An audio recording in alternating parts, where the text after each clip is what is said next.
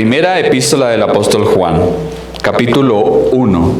Dice así la palabra de Dios. Vamos a estar mirando el versículo 1 y el 2. Lo que era desde el principio, lo que hemos oído, lo que hemos visto con nuestros ojos, lo que hemos contemplado y palparon nuestras manos, tocante al verbo de vida, porque la vida fue manifestada y la hemos visto y testificamos y os anunciamos la vida eterna, la cual estaba con el Padre y se nos manifestó. Amén. Vamos a orar. Padre, te damos gracias, Señor, por una vez más darnos el privilegio, Señor, de estar congregados en esta iglesia local. Gracias, Señor, porque entendemos la responsabilidad que tenemos, Señor, con la iglesia. Gracias porque sabemos que ella es columna y baluarte de tu verdad, es la sal y la luz. Gracias, Señor, porque nos has permitido ser partícipes de esta tu iglesia, Señor, aquí en Funza.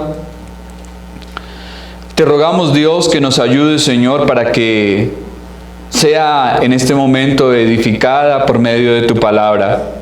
Señor, que tu palabra alumbre nuestro entendimiento y que por medio de tu Espíritu, Señor, seamos llevados a toda verdad en Cristo Jesús. Señor, gracias por tu palabra, gracias por cada una de nuestras vidas en esta mañana. Te pedimos, Señor, que abras nuestros oídos para que estén atentos a tu palabra y que por ella, Señor, seamos edificados, seamos exhortados, redarguidos, instruidos, corregidos, Señor, para que seamos como Cristo, para que Cristo sea formado en nosotros, que le vivamos a Él y de esa manera, Señor, llevemos su luz al mundo y a todas las partes, Señor, allá afuera que necesitan esa luz, Señor, que necesitan la luz de la vida, Señor. Muchas gracias te damos, Señor, por permitirnos iniciar este estudio de esta carta breve, Señor, en el día de hoy. Te rogamos, Señor, que permita, Señor, que podamos extraer de ella consejo y guianza práctica, Señor, para nuestras vidas. Todo lo pedimos, Señor, y lo hacemos en el nombre de Cristo Jesús. Amén. Para esta introducción a esta primera epístola del apóstol Juan, es necesario considerar 4 subtemas. El primero de ellos es el autor. ¿Quién será el autor? Juan. ¿Cuál Juan? Había un Juan Marcos entre el grupo de los 12 y había otro. Bien, vamos a estar mirando. Por la forma como se escribe y la autoridad, además de la coincidencia con el cuarto evangelio y las otras 2 epístolas, también por la idea que nos presentan los primeros versículos de que el autor de esta carta fue alguien que conoció personalmente al Señor, que pasó tiempo con Él. Entonces concluimos por la evidencia interna que el autor es el apóstol Juan. Juan apóstol, quien escribió también el evangelio, las otras 2 epístolas y el libro de Apocalipsis, correcto. Y vemos que los escritos de Juan se complementan. Son un complemento. ¿Por qué? En el Evangelio se hace énfasis en la salvación. En las epístolas el énfasis es la santificación. Y en el Apocalipsis el énfasis es la glorificación. Entonces mire usted, salvación, santificación y glorificación. ¿Sí? Abarca todos los tiempos, historia pasada, historia presente, pero también la historia futura. En el Evangelio vemos que Cristo murió por nosotros. en las epístolas que Cristo vive en nosotros y en el Apocalipsis que Cristo viene por nosotros. En el Evangelio vemos que el Verbo se hizo carne. En las epístolas el Verbo es hecho real en nosotros. Y en el Apocalipsis encontraremos al Verbo conquistando. ¿Quiénes eran Jacobo y Juan? Hagamos un recuento acerca de estos personajes. ¿Los recuerdan? Eran los hijos de Zebedeo. Fueron apodados como los Boanerges o los hijos del trueno, ¿no? Ellos pertenecían al grupo íntimo del Señor Jesucristo. ¿Con quién más? ¿Quiénes eran? Esos tres personajes que siempre acompañaban al Señor en el grupo íntimo. Pedro, Jacobo y Juan, correcto. Ellos fueron los testigos en la transfiguración en el monte. Pero también estuvieron cuando el Señor resucitó la hija de Jairo y en Getsemaní. Un día ellos se encontraban a orillas del mar de Galilea remendando sus redes. Tenían una pequeña empresa pesquera con su padre en el mar de Galilea y estaban allí remendando sus redes y nuestro Señor se acerca a ellos y les llama. Y dice que en el instante dejaron todo y le siguieron. Dejaron todo por seguir al Señor. Más adelante tuvieron una petición al Señor, no sé si la recuerdan. Ellos fueron y le dijeron a Cristo: Señor, permítenos que uno de nosotros esté a tu diestra y el otro a tu siniestra. ¿Y qué les responde el Señor? ¿Qué les dice el Señor en esa ocasión? Del vaso que yo bebo, beberéis, y con el bautismo con que yo soy bautizado, seréis bautizados. Pero el sentaros a mi derecha y a mi izquierda, no es mío darlo, les dice el Señor. ¿Y a qué se refería Jesús con esto de beber del vaso que él bebió? ¿Qué significa eso de la copa? ¿Recuerdan la oración del Señor allí en Getsemaní? ¿Cómo era el asunto cuando nuestro Señor oraba en Getsemaní? Padre, si es posible, aparta de mí este cáliz sin que yo lo beba, pero no se haga mi voluntad, sino la tuya. ¿Sí? Era todo el sufrimiento, era todo lo que el Señor iba a sufrir, a padecer para salvarnos. ¿Sí? Ese vaso el Señor lo bebió, lo tomó hasta el fondo. Entonces, ahí cuando el Señor dice que ellos iban a beber de esa misma copa, es que efectivamente iban a ser martirizados, iban a sufrir por causa del Evangelio. Y eso lo encontramos en el libro de Hechos de los Apóstoles. ¿Qué le ocurrió a Jacobo? Fue degollado por el rey Herodes Agripa I en el año 44 después de Cristo, según el relato de Hechos de los Apóstoles, capítulo 12.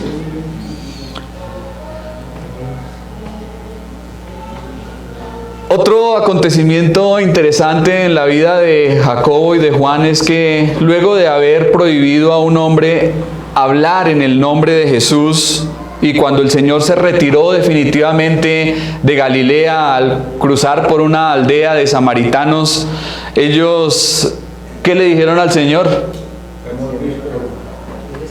Una propuesta que le hicieron: Señor, ¿quieres que mandemos que descienda fuego del cielo y los consuma como hizo Elías? Podríamos pensar, ¿Juan? ¿El discípulo del amor? ¿El discípulo amado haciendo esta clase de propuestas? Tenían un carácter fuerte. Sin embargo, en el libro de Hechos de los Apóstoles encontramos a un Juan compasivo y dado a sus semejantes. Podemos ver en estos hombres cómo el Señor obró de una manera extraordinaria y maravillosa en ellos. Lo hizo en Pedro. Lo hizo en Pedro.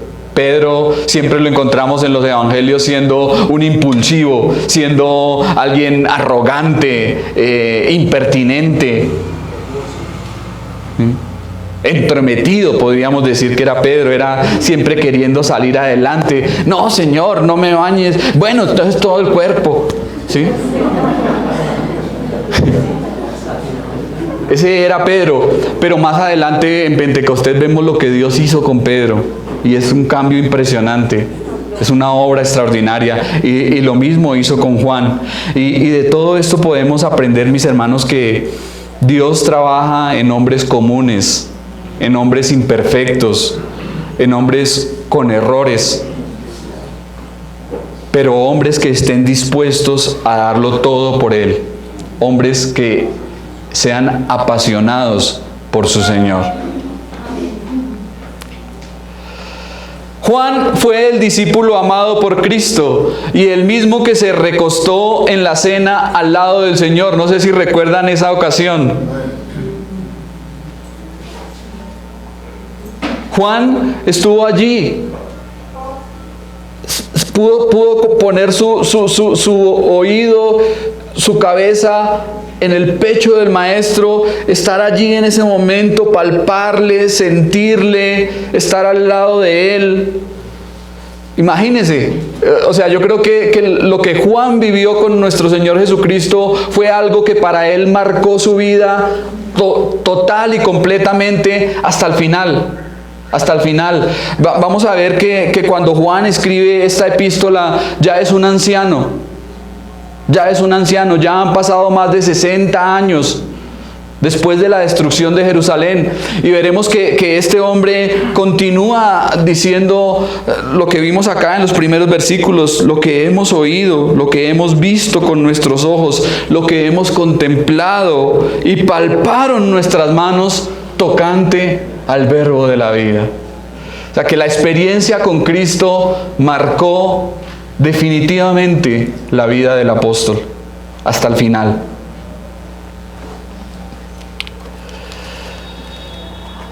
En cierta ocasión el Señor estaba hablando con sus discípulos y Pedro sintió como algo de envidia contra Juan y le dijo: Señor, ¿y este qué? O sea, sí, el preferido entonces, el amado. Y el Señor le dijo: bueno, si yo quiero que Él quede hasta que yo venga, ¿qué a ti? O sea, en pocas palabras le está diciendo: si yo quiero que Él viva hasta que yo venga nuevamente, pues ¿a ti qué te interesa o a ti qué te importa, Pedro? Tú concéntrate en hacer lo tuyo, en seguirme. ¿Sí? Pedro siempre era a ponerse delante del Señor. En cierta ocasión le dijo: Maestro, ¿por qué no reconsideras ese asunto de la cruz? Deberías tener compasión de ti mismo. Apártate de mí, Satanás. Apártate de mí. Lo que el Señor le dijo en ese momento es: ocupa tu lugar. Cuando yo te llamé, te dije: sígueme. No pongas delante de mí, no te pongas delante de mí. Me eres estorbo, me eres tropiezo, Pedro. Ocupa tu lugar. Ocupa tu lugar.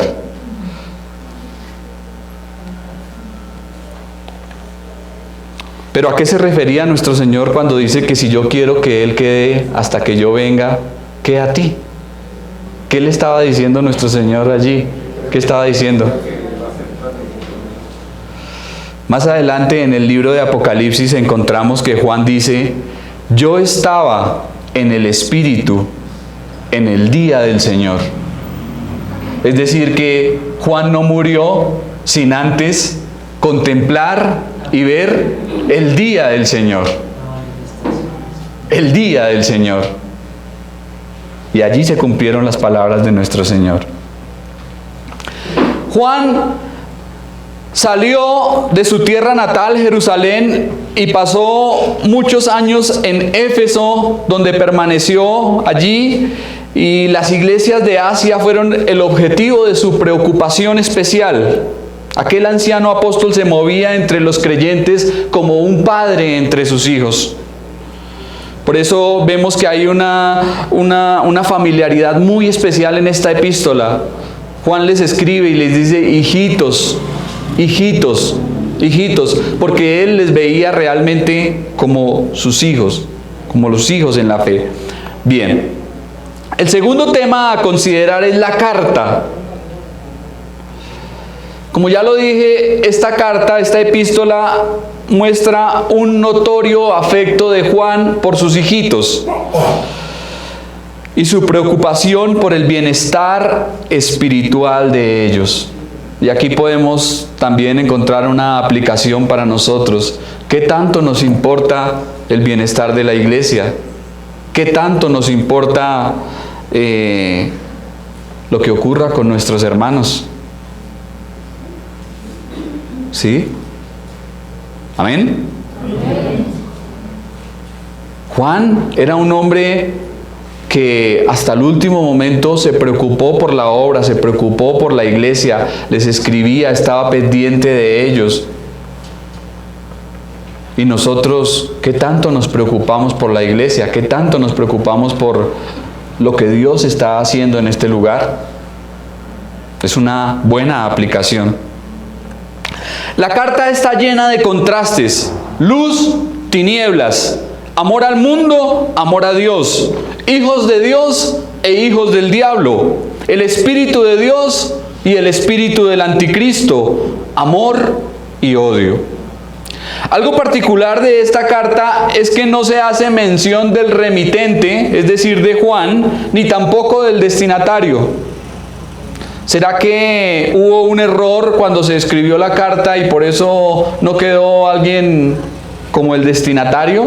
Usted mira que cuando Pablo escribe a los Gálatas, a la iglesia en Galacia, Pablo a los Gálatas, Pablo a los Corintios, ¿sí? Pero aquí no aparece, ¿sí? ¿Y por qué será? ¿Qué razón tendrá de que no aparezca ni el remitente ni el destinatario? Porque esta carta es para la iglesia, correcto. Porque esta carta es para la iglesia. Algo que además podemos notar en esta carta es la forma breve y sencilla con la que Juan se refiere a profundas verdades espirituales. Vamos a ver un paralelo entre la carta y el Evangelio. Juan tiene algo particular y es que él escribe con una simpleza,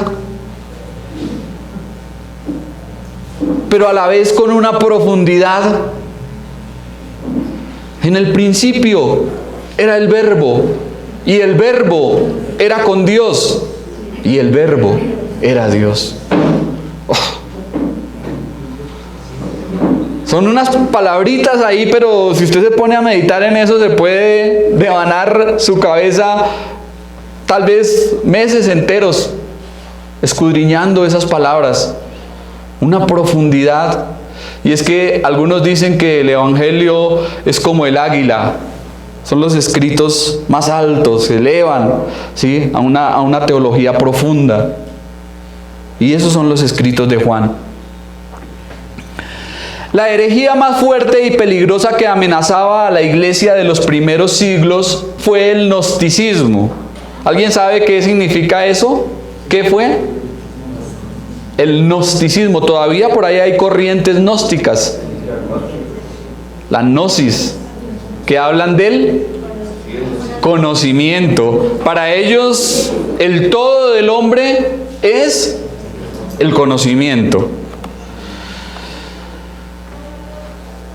Y este erróneo engaño filosófico decía que todo lo material es malo y que todo lo inmaterial es bueno. Y obviamente al hacer esta afirmación, pues decían que si Cristo fue un hombre de carne y hueso, entonces no pudo haber sido bueno. ¿Sí? Esto decía el gnosticismo, que nada material podía ser bueno, que todo lo material era malo. El término gnosis quiere decir conocimiento. Y podemos pensar en algo, ¿cuánta gente hoy en día se deja llevar por el conocimiento?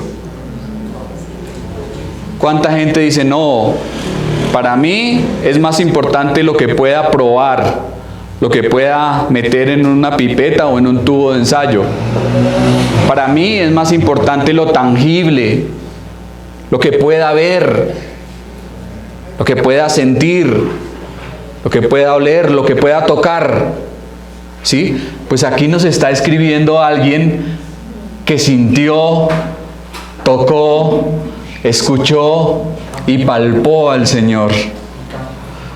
Y somos privilegiados porque tenemos el testimonio de la fuente directa, que fue Juan. Somos privilegiados y lo que él vivió con Cristo es lo que nos va a transmitir por medio de esta carta. Pero muchos creyentes abandonaron su fe debido a la influencia gnóstica. Así que cuando la presión del gnosticismo se hizo demasiado fuerte sobre las iglesias, Juan escribe a sus amados hijos en la fe para advertirles contra la herejía y para confirmar la seguridad de su salvación. Habían demasiados maestros falsos circulando por aquellos días, tal como hoy. Mire usted que la situación no ha cambiado. Han cambiado los siglos, han cambiado los años, los tiempos, van mudando las edades, pero sin embargo la herejía y el error continúan. Y los seguimos viendo hasta el día de hoy. En los días de Juan fue el gnosticismo. En nuestros días, ¿cuál es?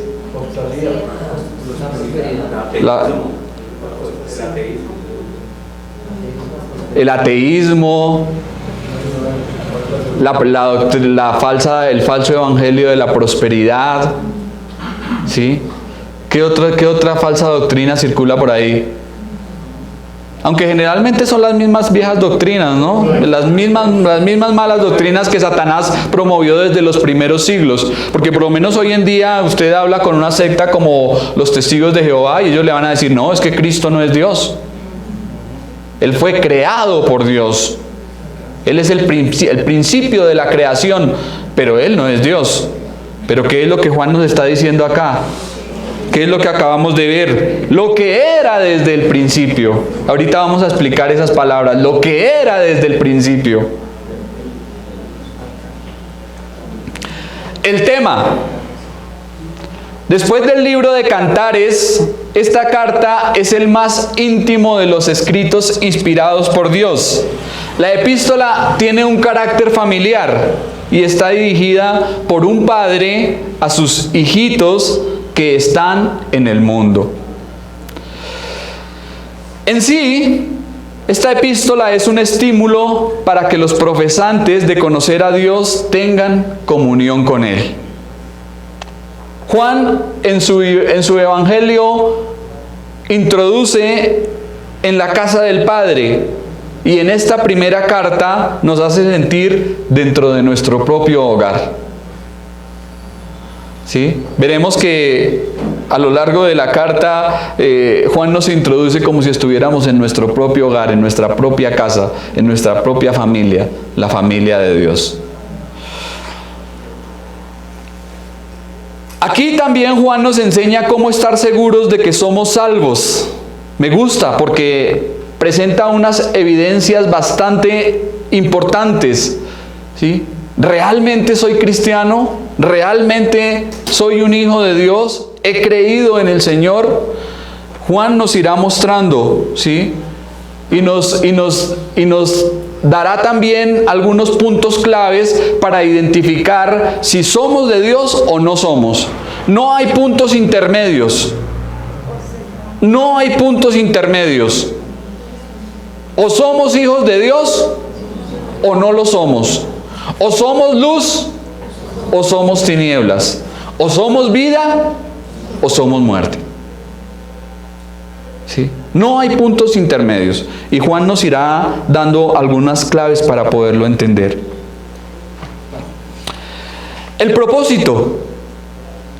Este subtema lo podemos dividir en 5 propósitos especiales. Que tengamos comunión. ¿Qué significa la palabra comunión? Viene de 2 términos, común o unión. ¿Sí? Es decir, que cuando las personas están en común, ¿sí? Pero hay algo que les une. ¿Sí? Debemos de tener comunión los unos con otros. Compañerismo, fraternidad, amor.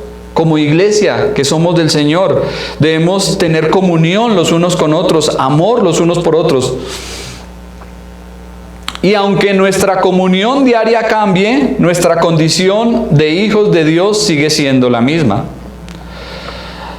Otro aspecto dentro del propósito es que tengamos gozo. ¿Qué será eso del gozo?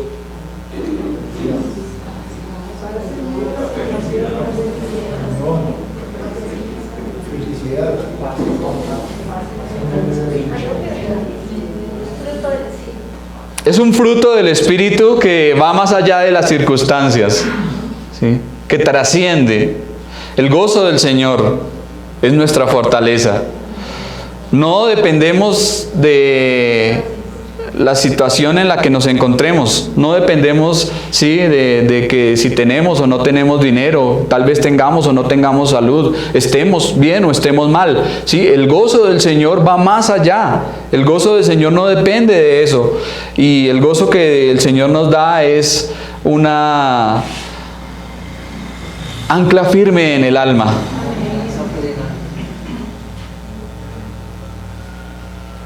¿Siente usted el gozo de Dios por su salvación? Amén. David, cuando pecó en el Salmo 51, le pide a Dios, ¿no? No quites de mí tu Santo Espíritu, vuélveme el gozo de tu salvación.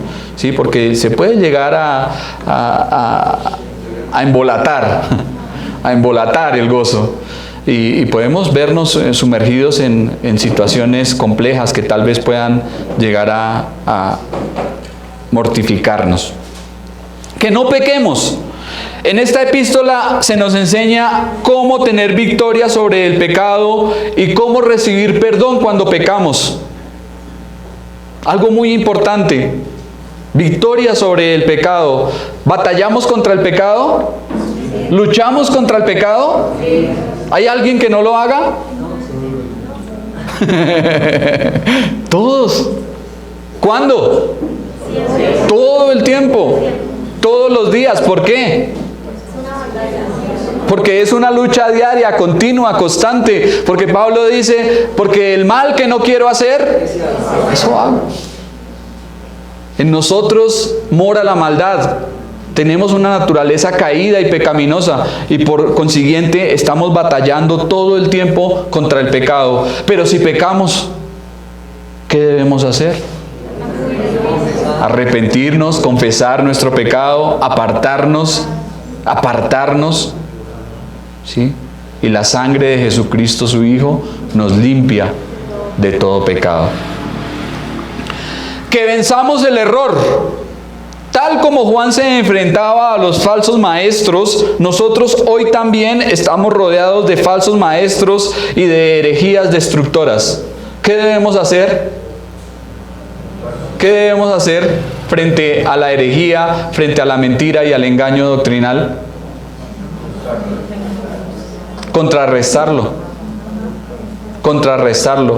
Debemos presentar defensa con mansedumbre ante todo aquel que demande razón de la esperanza que hay en nosotros.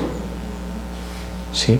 Si alguien viene a decirnos, no, pero eso que ustedes creen, no, un momento, mire, la palabra de Dios dice, lo llevamos y le explicamos por qué, y debemos de tener la capacidad de hacerlo. Y que tengamos seguridad. Si realmente hemos nacido de Dios, tenemos la seguridad de nuestra salvación. ¿Duda usted de su salvación? Alguien una vez me preguntaba, me decía, bueno, pero ¿Alguien que cree que la salvación se puede perder, la pierde? Póngale cuidado a la pregunta. ¿Alguien que cree que la salvación se puede perder, la pierde?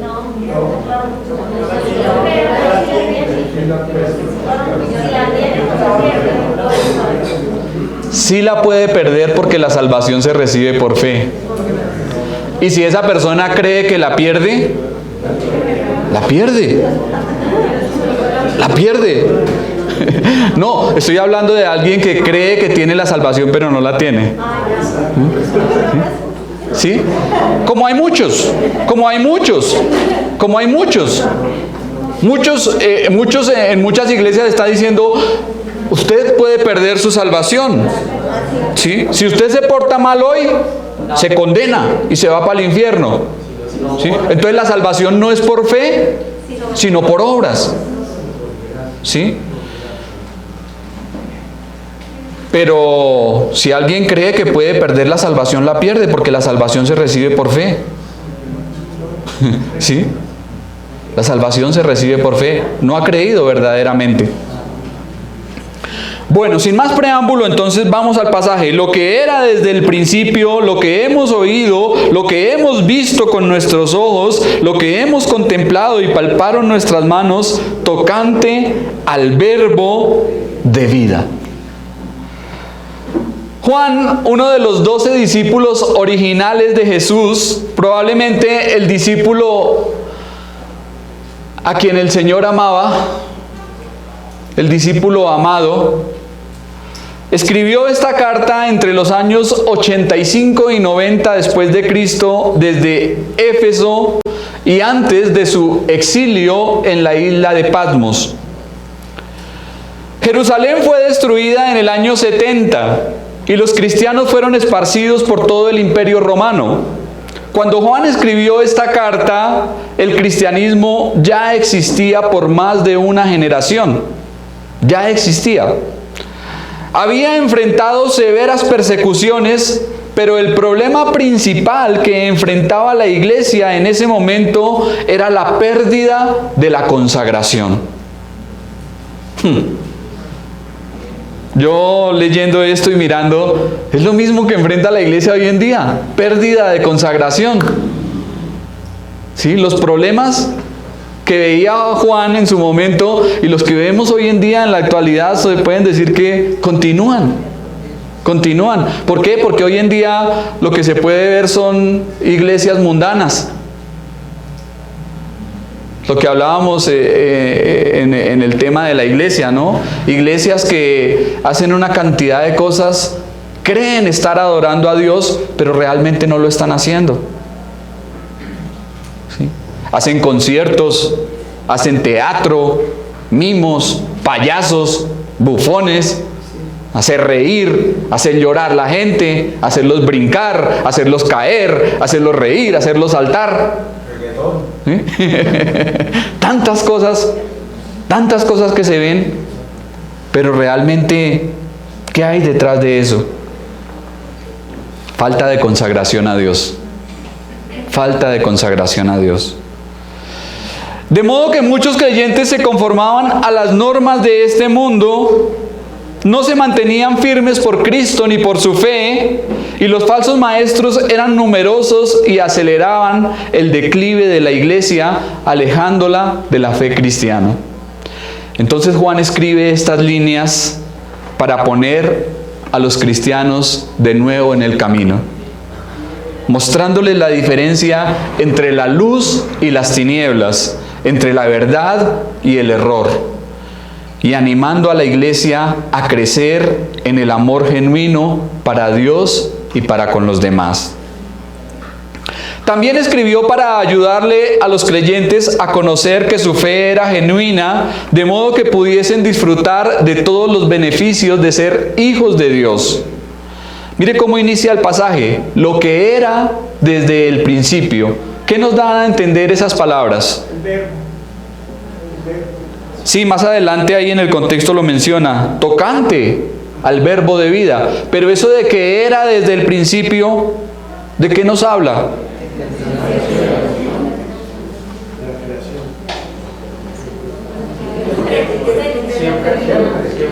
de una existencia eterna. De una existencia eterna. Lo que era desde el principio. Es decir, que antes de la creación del mundo, ya estaba. Ya estaba. No de un principio ni de un comienzo. No nos habla Juan de eso. Y con estas palabras recalca la eternidad del Señor. Recalca la eternidad de Cristo, a quien describe como el verbo de vida. El mismo que existió en la eternidad con Dios Padre y que vino a este mundo como verdadero hombre. En estos dos primeros versículos lo que Juan hace es mostrar a Cristo como Dios, pero también mostrarle como hombre. ¿Sí?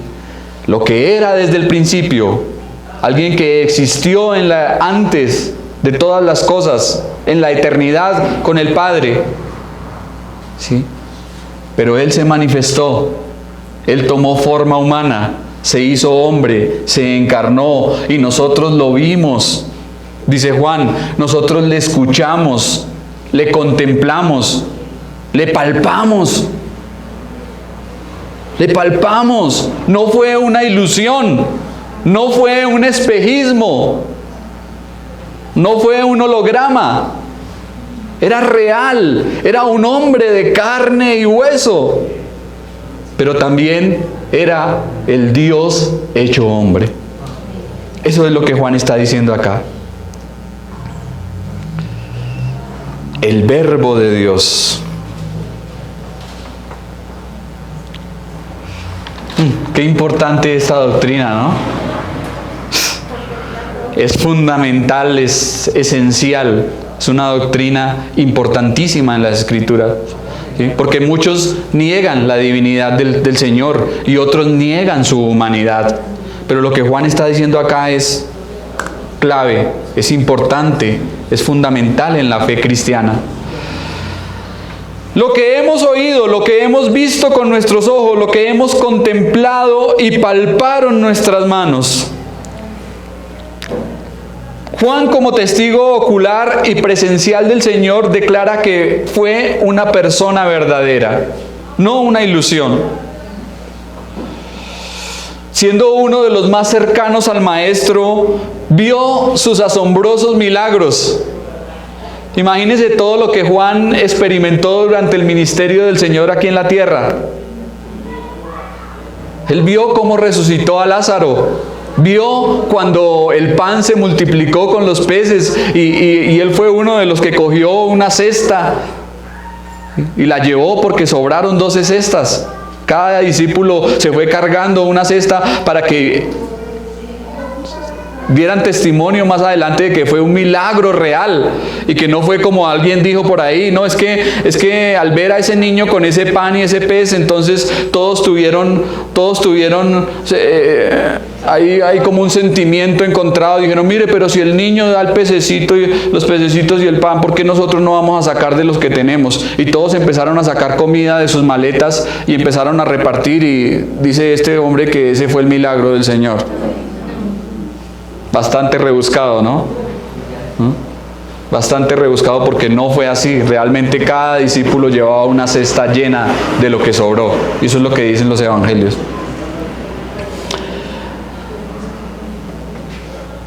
La palabra contemplar denota una inspección cuidadosa y un examen exhaustivo. Es decir, que cuidadosa y meticulosamente Juan estudió la persona del Señor. ¿Sí?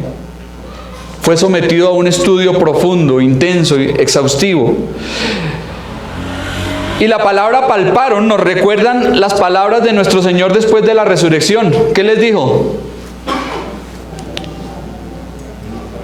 ¿Qué les dijo el Señor? Tóquenme, tóquenme, tóquenme, palpen, palpen, palpen. Que soy yo. Yo soy. Palpad y ved. Tocante al verbo de vida, es decir, al Logos encarnado. El Verbo, que es esencialmente divino, se reveló a los hombres para mostrarles y comunicarles la vida de Dios. El Verbo se hizo carne y habitó entre nosotros, y vimos su gloria, gloria como del unigénito del Padre, lleno de gracia y de verdad. Cristo es la palabra. Cristo es la revelación de Dios. Pero Cristo es la acción, ¿sí? Porque esa palabra que se había dado desde la antigüedad, esa palabra que habían anunciado los profetas siglos atrás, se hizo carne, se hizo acción. El Verbo se encarnó. Y aquí Juan lo menciona como el Verbo de vida, ¿sí? Porque es que sin Cristo no hay vida. Y todo lo que se haga separado de Él es muerte. Todo es muerte. Sin Cristo, todo es muerte. A manera de reflexión podemos preguntarnos, mis hermanos, si el Señor Jesús no es real para nosotros, ¿cómo podemos decir ser cristianos? ¿Cómo podemos decir ser cristianos? ¿Ha visto usted al Señor? Tal vez no le hemos visto de la manera en que Juan lo vio, pero ha sido revelado a nosotros por el Espíritu. ¿Ha tenido usted ese encuentro con Cristo? ¿Le ha oído? ¿Le ha escuchado? ¿Le ha contemplado? ¿Tiene comunión con Él?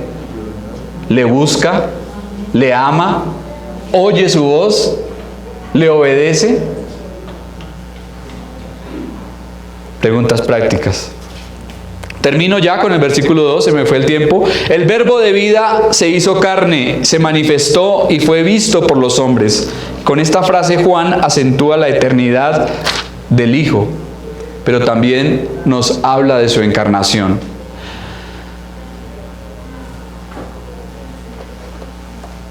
Con lo que Juan está diciendo acá, refutaba a los falsos maestros, quienes con arrogancia se jactaban acerca de Cristo, a quien nunca conocían ni le habían visto.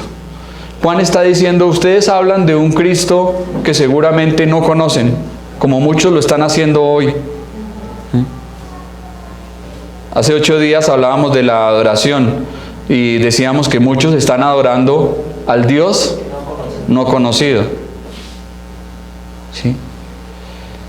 Y muchos están hablando de Cristo, muchos están hablando de Dios hoy en día, pero de un Dios que no conocen, de un Dios desconocido para ellos, porque no es el Dios que se presenta por medio de su palabra. Y Juan refuta todo eso por medio de esta carta. En este pasaje, en este versículo 2, confirma que aquel que era con el Padre y a quien Juan designa con el nombre de vida eterna, se hizo carne y habitó entre nosotros y fue visto por los apóstoles, quienes ahora dan testimonio. Lo hicieron hasta el final de sus vidas. Juan por casi 60 años testificó del Señor. Testificó de lo que él vio y de lo que él pudo contemplar, de lo que él experimentó con Cristo. Alguien dijo lo siguiente, ya para terminar: estoy contento que mi conocimiento de la vida eterna no esté edificado sobre las especulaciones de filósofos y ni siquiera de teólogos, sino en el incontestable y poderoso testimonio de aquellos que oyeron, vieron, contemplaron y palparon a aquel en quien la vida se encarnó. Es decir, a Cristo Jesús nuestro Señor. Cuando Cristo vino a la tierra, asumió una humanidad real. Fue 100% hombre, completamente hombre. Él era totalmente hombre. A pesar de que era Dios, era completamente hombre.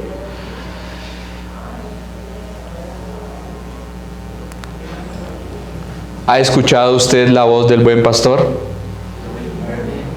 ¿Le ha oído? ¿Puede dar testimonio de él? puede hablar de Él, puede contar a otros lo que Él está haciendo. Tal vez no diga, yo vi al Señor allí en el trono, sus ojos eran como llamas de fuego y sus pies semejantes al bronce bruñido. Tal vez no lo haya visto de esa forma. Pero si Cristo ha hecho algo en su vida, usted tiene algo que contar. Y eso es lo que siempre recalcamos. Esa es la enseñanza principal que podemos extraer de esto. Si usted ha tenido un encuentro con Jesús, algo tiene que contar acerca de Él. Si no tiene nada que contar, es porque tal vez no lo ha tenido. No lo ha tenido. Oremos, mis hermanos. Amado Dios y Padre, te damos gracias, Señor, por esta tu palabra. Gracias, Señor, porque es maravilloso, Señor, poder meditar en ti. Meditar, Señor, en lo que haces con hombres imperfectos, como lo fueron Pedro, Jacobo, Juan y el resto de los 12. Señor, sin embargo, tú les llamaste, tú les escogiste y los comisionaste para algo muy importante: dar testimonio de ti y predicar tu evangelio a toda criatura. Señor, y ellos lo hicieron. Y por el testimonio de ellos, Señor, nosotros estamos aquí hoy. Y te damos gracias, Señor, porque al igual que ellos hemos creído, hemos puesto nuestra mirada en ti, Señor, y por eso sabemos que somos salvos. Que hemos sido, Señor, trasladados de las tinieblas a tu luz admirable y que con Cristo, Señor, tenemos vida y vida abundante. Señor, gracias porque la vida eterna, la vida de Dios, la vida trascendente vino a nosotros en Jesucristo. Y por medio de Él, Señor, podemos vivir para siempre, Señor, vivir eternamente. Ese siempre ha sido tu propósito, Señor, para con los tuyos. Te damos muchas gracias, Señor, por esta palabra. Te pedimos, Señor, que nos ayudes a atesorarla en nuestros corazones para la gloria de tu santo nombre. Amén.